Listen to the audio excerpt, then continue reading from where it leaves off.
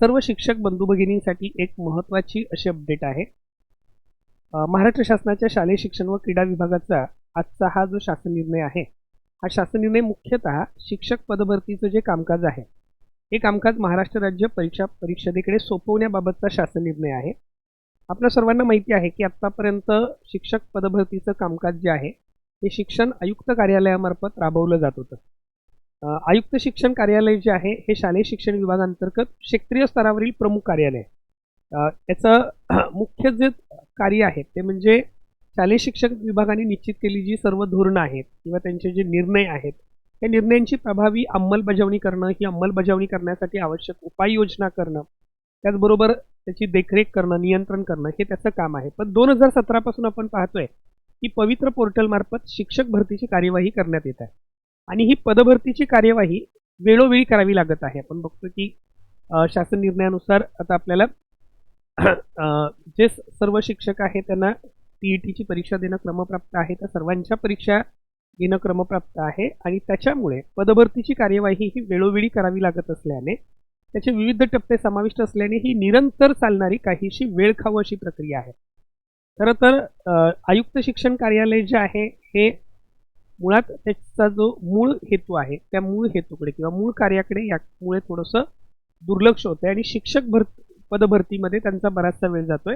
त्यामध्ये मग शिक्षक अभियोग्यता व बुद्धिमत्ता चाचणी घेणं, ती संपन्न झाल्यानंतर उमेदवारांसाठी स्वप्रमाणीकरणाची सुविधा उपलब्ध करून देणं, जाहिराती स्वीकारणं, त्याप्रमाणे उमेदवारांचे विषय प्रवर्गानुसार सामाजिक व समांतर आरक्षण, उमेदवाराच्या प्राधान्यक्रमानुसार त्या प्रवर्गासाठीचा कट ऑफ निश्चित करणं, उमेदवारांची शिफारस करणं इत्यादी अनेक बाबी काटेकोरपणे आयुक्त शिक्षण कार्यालयाला हाताळाव्या लागतात आणि मग ही सगळी प्रक्रिया जी आहे ही बहुतांशी वेळ या कामासाठी आयुक्त कार्यालयाचा खर्च होतो।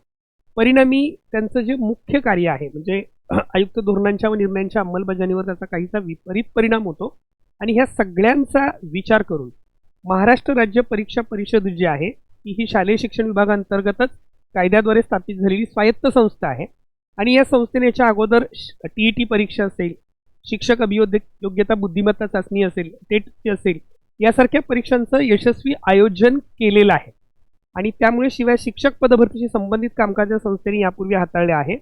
त्यामुळे शिक्षक पदभरतीशी संबंधित परीक्षेचं आयोजन व निवड प्रक्रिया ही एकाच संस्थेकडे असणं आवश्यक आहे आणि त्यासाठी हा शासन निर्णय, हा प्रस्ताव विचाराधीन होता आणि त्यासाठी हा शासन निर्णय प्रसिद्ध करण्यात आलेला आहे। या शासन निर्णयानुसार आपण पाहू शकतो की पवित्र पोर्टल मार्फत राज्यस्तरावरील शिक्षक पदभरतीशी संबंधित तसेच अन्य धोरणात्मक निर्णयाच्या अंमलबजावणीसाठी तसेच प्रसंगानुरूप या अनुषंगाने आवश्यक ते निर्णय घेण्यासाठी शासनास शिफारशी करण्यासाठी खालीलप्रमाणे एक सुकाणू समितीचं गठन करण्यात आलेलं आहे आणि त्याच्या संदर्भातला हा शासन निर्णय आहे। या सुकाणू समितीमध्ये